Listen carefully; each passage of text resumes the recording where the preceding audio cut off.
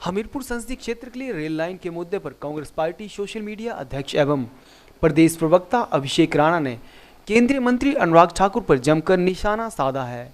Hamirpur circuit house में आयोजित पत्रकार वार्ता के दौरान अभिषेक राणा ने हमीरपुर संसदीय क्षेत्र के लिए रेल लाइन के नाम पर जनता को ठगने के आरोप लगाए हैं।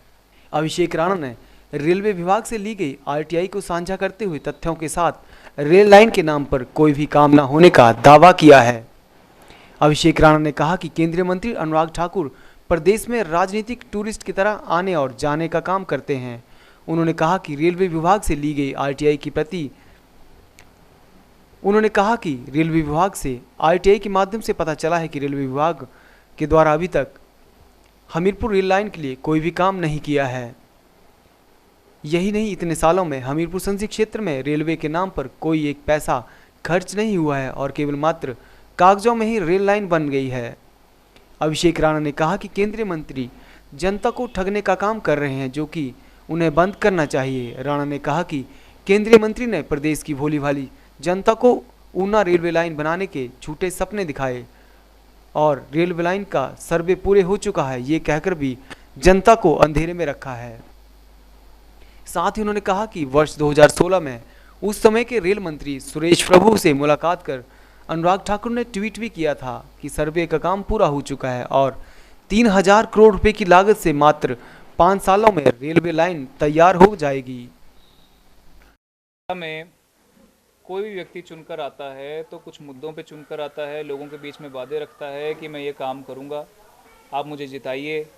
और 2014 के चुनाव में बड़े बड़े वादे हमारे वर्तमान में जो मंत्री हैं आदरणीय अनुराग ठाकुर जी, तो चुनाव में उतरने से पहले बड़े बड़े कार्टून्स उन्होंने बनाए, बड़ी बड़ी बातें उन्होंने कही कि रेल लाइन जो है वो आएगी।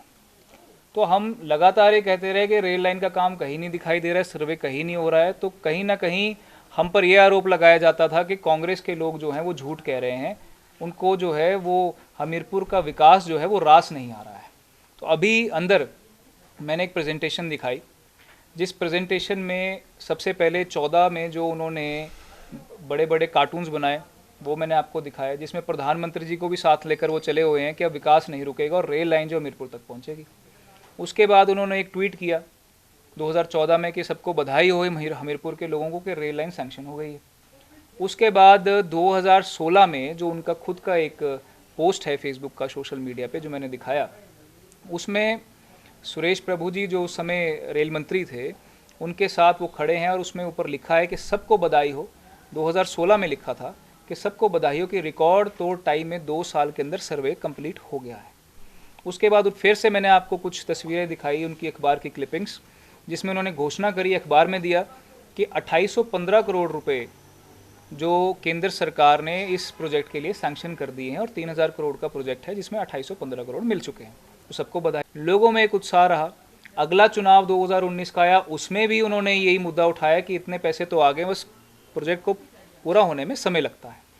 हम लगातार ये कहते रहे, लेकिन आज इस साल में जो लेटेस्ट आरटीआई हमने रेलवे विभाग से मांगी, उसमें ये सारी चीज़ें जो हैं 3 सवाल आए कि कितना पैसा आया 18 से लेके 21 तक, और सर्वे पूरा हुआ कि नहीं हुआ, और जितना पैसा आया वो कितना खर्च हुआ। तो मज़ेदार 3 सवाल खड़े होते हैं मंत्री जी के आगे और भारतीय जनता पार्टी के आगे। इसमें से जितने पैसे आए वो भी खर्च नहीं हो पाए। लेटेस्ट बजट जो था उसमें 1000 रुपये आया था। मैंने पीछे प्रेस वार्ता में कहा तो सब ने कहा कि 1000 रुपये नहीं आए, ज़्यादा आए हैं बीजेपी के लोगों ने। तो ये इस आरटीआई में लिखा है 0.01 लास्ट बजट, और ये वो बजट कब का है जब जो हमारे वर्तमान में केंद्रीय मंत्री हैं उस समय राज्य वित्त मंत्री थे, वित्त मंत्रालय उनके पास था, तब 1000 रुपये दिया। और सेकेंड लाइन में साफ शब्दों में लिखा है कि सर्वे पूरा नहीं हुआ है। और ये लगातार लंबे समय से रेलवे विभाग कहते आ रहा है कि सर्वे अभी पूरा ही नहीं हुआ। अब सवाल ये खड़ा होता है कि जो थोड़े से पैसे आए हैं ये पैसे लगे कहाँ हैं, क्योंकि सर्वे पूरा नहीं हुआ। मंत्री जी कह रहे हैं जो उस समय सांसद थे कि सर्वे पूरा हो गया, पैसे आ गए हैं, लेकिन आरटीआई में जब डाली जा रही है और रेलवे विभाग ये कह रहा है कि ना सर्वे पूरा हुआ है ना उतने पैसे आए हैं और लास्ट जो बजट आया वो 1000 रुपये का आया। तो इस आरटीआई के माध्यम से ये स्पष्ट होता है कि मंत्री जी यहाँ आए लोगों को दिखाने के लिए कि मैं आपका आशीर्वाद लेने के लिए आया हूँ, लेकिन वो आशीर्वाद लेने के लिए नहीं, लोगों को ठगने के लिए आए। और अब वो यहाँ से फिर चले गए हैं, क्योंकि वो एक पॉलिटिकल टूरिस्ट की तरह आते हैं और पॉलिटिकल टूरिस्ट की तरह चले जाते हैं। और जब जब पत्रकार बंधु या विपक्ष के कोई लोग या कोई आम व्यक्ति भी उनसे सवाल पूछता है कि आप ये बताइए कि रेल का क्या हुआ, तो गुस्सा हो जाते हैं या अपना जवाब जो है वो देते ही नहीं है। आज लोगों के सामने मैं इस आरटीआई के माध्यम से सिर्फ ये कहना चाहता हूँ कि रेल प्रोजेक्ट धरातल पर दूर दूर तक नहीं है। ये रेलवे विभाग ने स्पष्ट कर दिया है। जो मैंने बयान अंदर दिखाए वो साफ तौर पे दर्शाते हैं कि मंत्री जी कुछ और कह रहे हैं, रेलवे विभाग कुछ और कह रहा है।